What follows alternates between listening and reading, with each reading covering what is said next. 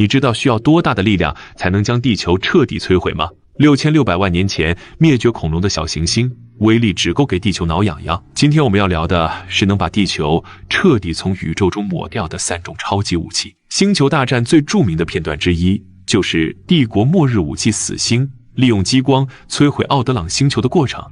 那么像死星这样的行星毁灭武器，在物理上真的有可能存在吗？如果有可能，我们集结全人类能造出一个吗？首先我要指出一点，摧毁一颗与地球大小构成相近的行星难度极大。你可能听过一种说法，就是如果我们同时引爆地球上所有的核武器，地球就会爆炸。但这与事实相去甚远。以行星尺度来看，人类自身以及我们的宏伟计划实际上无足轻重。你常会听到有人说，我们正通过气候变化、大规模森林砍伐等行为摧毁地球，但我们其实并没有，甚至连摧毁的边都沾不上。我们真正在做的是让这颗星球对人类自身以及其他所有生活在这里的生物来说宜居性大幅下降，而地球本身则完全毫不在意。地球是一个由岩石和铁构成，质量达610的24次方千克的巨型铁球。610的24次方，也就是数字6，后面跟着24个零。仅在过去6亿年里，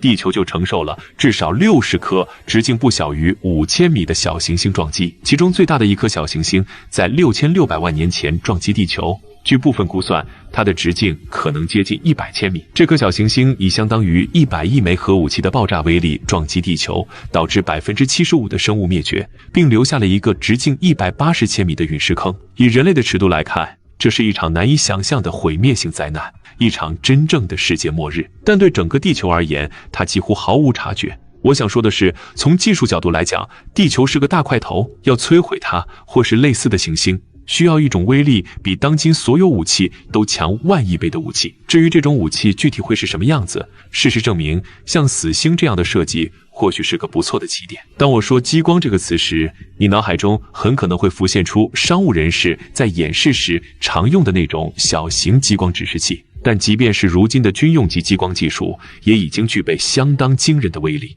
它能在飞行途中瞄准并摧毁飞机，甚至卫星。要制造出死星级别的武器，我们只需将现有激光的规模稍微扩大一些。不过，我说的稍微其实并不准确。要彻底摧毁一颗行星那么大的天体，我们需要研发一种激光，其功率要比当今的激光强约10亿万亿倍。即便我们真能做到这一点，如此巨大的功率也必然伴随着极高的经济成本。早在2012年，就有位聪明人向美国政府提交了一份请愿书，希望能争取到建造真正死星的资金。他给出的理由相当合理，这既能提升国家安全，又能创造数百万个就业岗位。这份请愿书获得了近3.5万个签名，而令人意外的是，白宫居然做出了回应。遗憾的是，白宫的回应是明确拒绝，原因是建造死星的预估总成本约为850千万亿美元，相当于当时全球各国 GDP 总和的1.3万倍。此外，我们还需要克服大量工程难题。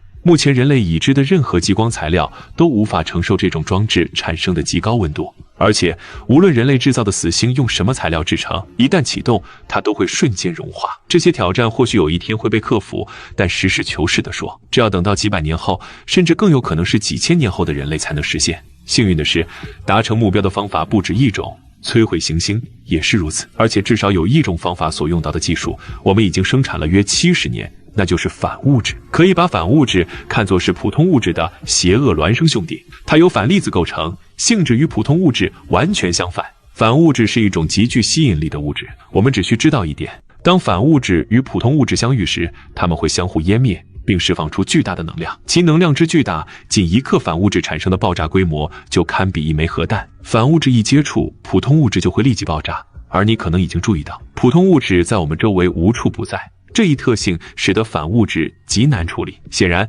它无法被储存在任何常规的由普通物质构成的容器中，相反，它需要被悬浮在强大的磁场中进行存放。但事实证明，这还不是我们制造可行反物质炸弹需要克服的最大难题。正如我们之前所提到的，地球是个大块头，要摧毁它，我们仍需要数万亿吨反物质。但制造反物质的过程异常困难，要制造反物质，我们需要诸多设备，其中就包括像欧洲核子研究组织 CERN 在瑞士建造的大型强自对撞机这样的高能粒子加速器。即便我们让这台强大的机器不间断运行，将其用作专门的反物质制造工厂，它每年也只能生产约1纳克的反物质。这意味着，即便耗尽整个宇宙的寿命，我们可能也无法制造出足够摧毁一颗行星的反物质末日武器。即便我们能造出来，这个项目的总成本也会让建造死星看起来像买件便宜货一样划算。目前的估算结果虽有差异，但如今制造1克反物质的成本约为63万亿美元。与激光的情况一样，反物质武器面临的问题也在于规模。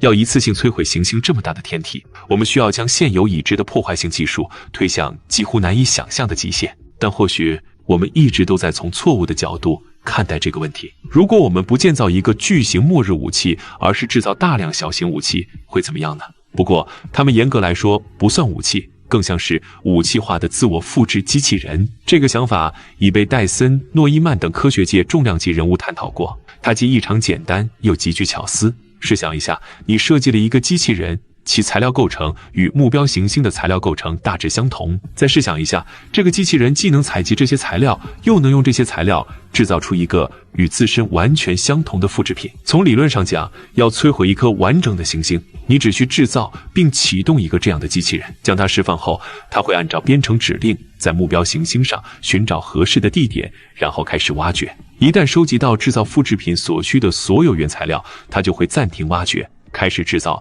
自身的复制品。复制品制造完成后，母体机器人和复制品会一同移动，采集更多原材料，制造新一代的复制品。你可能会认为用这种方式摧毁一颗行星需要耗费无尽的时间，但每一代机器人的数量都会翻倍，这意味着机器人总数将呈指数级增长。仅40代之后，就会有超过1万亿个自我复制机器人，忙着将目标行星一点点拆解。这听起来可能是个相当怪异的概念，但仔细想想，我刚才描述的一种能从环境中采集原材料并制造自身复制品的自主机器，其实是对人类相当准确的描述。其实对其他任何动物来说也是如此。当然，实现这一目标的过程中，我们仍需克服一些重大挑战，比如这些机器该如何应对行星核心超过5000摄氏度的高温。但在诸多方法中，自我复制机器人或许是人类摧毁行星的最可行方式。部分原因在于它完全避开了传统武器所面临的规模问题。我们一直在讨论如何利用人类技术